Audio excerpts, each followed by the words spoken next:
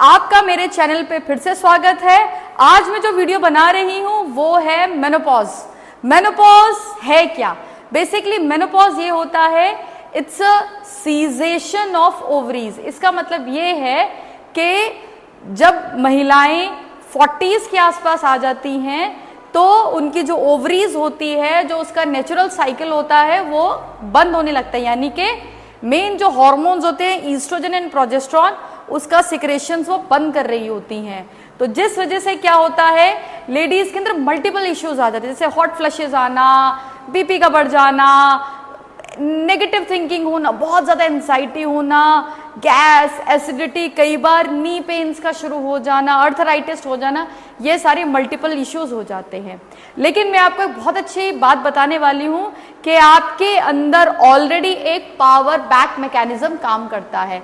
Power back mechanism क्या होता है? फॉर एग्जाम्पल, जैसे कि लाइट चली गई तो हम जनरेटर चला लेते हैं या इन्वर्टर ऑन कर लेते हैं, इसको हम कहते हैं पावर बैकअप। ऐसी हमारी बॉडी में भी है। हमारी बॉडी में क्या है, जब ओवरीज अपना सीजेशन कर रही होती हैं तो जो बैक प्रेशर जो आता है, पावर बैकअप जो आता है, वो है लीवर, किडनी, एडिपोज टिश्यूज। यहां से ईस्ट्रोजन एंड प्रोजेस्टेरॉन का सिक्रेशन किया जाता है। और मेनोपॉज को अगर आप सपोज 30s में मेनोपॉज हो रहा है तो आप इसको 10 साल तक आगे पुश कर सकती हैं, 5 साल तक पुश कर सकती हैं।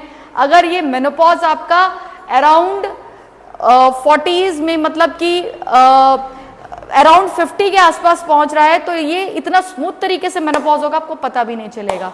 तो आगे जाने से पहले मेरे चैनल को सब्सक्राइब जरूर करें। मैं डॉक्टर नेहा वशिष्ठ पूरी एक सीरीज बना रही हूं इसके ऊपर, कोई भी इंपॉर्टेंट इंफॉर्मेशन आपके मिस ना हो जाए, इसलिए चैनल को लाइक और सब्सक्राइब जरूर करें। तो चलिए शुरू करते हैं। इसके लिए आपको एक बेल्ट चाहिए, ठीक है? बेल्ट से हम बेल्ट कोई सी भी हो सकते है। अगर आपके पास बेल्ट नहीं है तो आप दुपट्टे का भी यूज कर सकते हैं। दुपट्टा लीजिएगा कॉटन का, वो ज्यादा बेटर रहता है, ठीक है? कैसे करना है, राइट लेग को डाला बेल्ट में, इस तरीके से पकड़ा, सांस लेते वक्त ऊपर, सांस छोड़ते वक्त नीचे, सांस लेते वक्त ऊपर, सांस छोड़ते वक्त नीचे। ये क्रिया जो आप कर रहे हैं, ये जिस तरीके से लेग ऊपर जा रही है तो आप नोटिस करेंगे ओवरी के अंदर इसका बार बार प्रेशर जा रहा है, यानी कॉन्ट्रैक्शन एक्सपेंशन हो रहा है, ठीक है? इसी तरीके से आपने दूसरी तरफ से भी करना है। Inhale exhale, inhale exhale. अगर आपने ये जो राइट साइड से जो क्रिया करी, इसको आपने करना है कम से कम 10 बार, बढ़ाते बढ़ाते 50 तक लेके जाएगा। एक ही बारी में नहीं, धीरे धीरे बढ़ाइएगा। फॉर एग्जाम्पल 10 अगर यहां से किया तो 10 आपने यहीं से करना है। अगर आपने 12 यहां से किया तो 12 भी यहीं से करना है, ठीक है? दूसरी क्रिया करते हैं जिसमें बेल्ट को ऐसे पकड़ा, ठीक है? सांस ली, सांस छोड़ते वक्त इसको ऐसा अपने होल्ड करना है। अगर आपको लगता है आपका बैलेंस आउट हो रहा है तो आप इस तरीके से पीछे दीवार पे हाथ रखा और पैर को ऐसे उठा सकते हैं, ठीक है?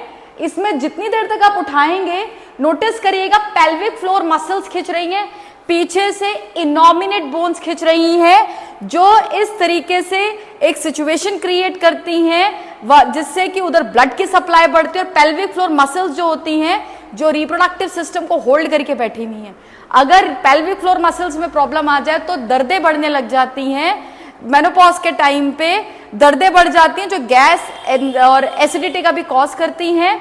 जब ये चीज बढ़ने लग जाती है तो आप डॉक्टर के पास जाओगे, वो आपको मेडिसिन देगा और उसका कोई यूज होता नहीं है। फ्रेंकली स्पीकिंग थोड़े टाइम के लिए होगा, फिर वो प्रॉब्लम करने लग जाएगा, ठीक है? तो नेचुरली क्योर करिए। इसी तरीके से दूसरे पैर में भी रखा, सांस ली, दीवार पे हाथ रखिएगा, सांस छोड़ते हुए पैर को ऊपर लेके जाइएगा। मैक्सिमम अपना होल्ड करने की कोशिश करिएगा, पैर आपका कंधे से ऊपर जाए। कंधे से ऊपर यानी कि सर के आसपास आएगा। इट मीन्स के आपने ओवरी को, फैलोपियन को पूरी तरीके से स्ट्रेच कर दिया और साथ के साथ पेल्विक फ्लोर मसल्स को भी खींच दिया है। यानी कि अगर होल्डिंग इस साइड की आपने 20 सेकंड करी है तो इसकी भी 20 सेकंड होगी। काउंटिंग 1 2 3 4 ऐसे करके काउंट करना है, ठीक है?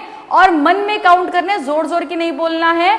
और आंखें बंद करके ध्यान को इधर लगाइएगा कि क्या हो रहा है, कैसे हो रहा है। जब आप अपने ध्यान को अपने रिप्रोडक्टिव सिस्टम पे लेके जाओगे तब आपकी बॉडी में जो है हैप्पी हार्मोन्स का सिक्रेशन शुरू होता है। और ये वही हार्मोन्स हैं जो आपके मेनोपॉज को बहुत स्मूथ तरीके से निकालेंगे या फिर अर्ली मेनोपॉज को आगे डीले कर देंगे। ठीक है, तो हम अपनी करते हैं लास्ट क्रिया।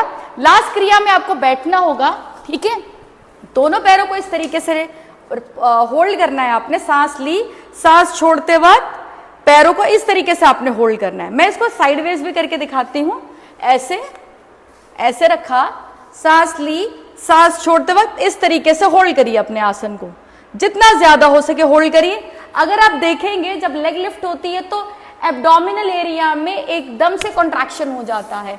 जब एब्डोमिनल एरिया में एकदम से कॉन्ट्रैक्शन हो जाएगा तो उससे क्या होगा कि जब इस तरीके से हम किसी चीज को स्क्वीज करते हैं, फॉर एग्जाम्पल स्क्वीज करने का मतलब जैसे आपने कपड़े को पूरी तरीके से निचोड़ दिया और उसका अंदर का सारा पानी, वेस्ट मटेरियल बाहर निकल गया। सेम प्रोसेस यूटेरस के साथ होता है। पूरी तरीके से प्रेस कर दिया जाता है और अंदर का जो भी अनवांटेड मटेरियल होता है, बैक्टीरियाज होते हैं और ऐसे नेगेटिव हार्मोन्स होते हैं जो अर्ली मेनोपॉज क्रिएट कर रहे हैं या मेनोपॉज के टाइम पे प्रॉब्लम क्रिएट कर रहे हैं, उनको वो फ्लश आउट कर देता है।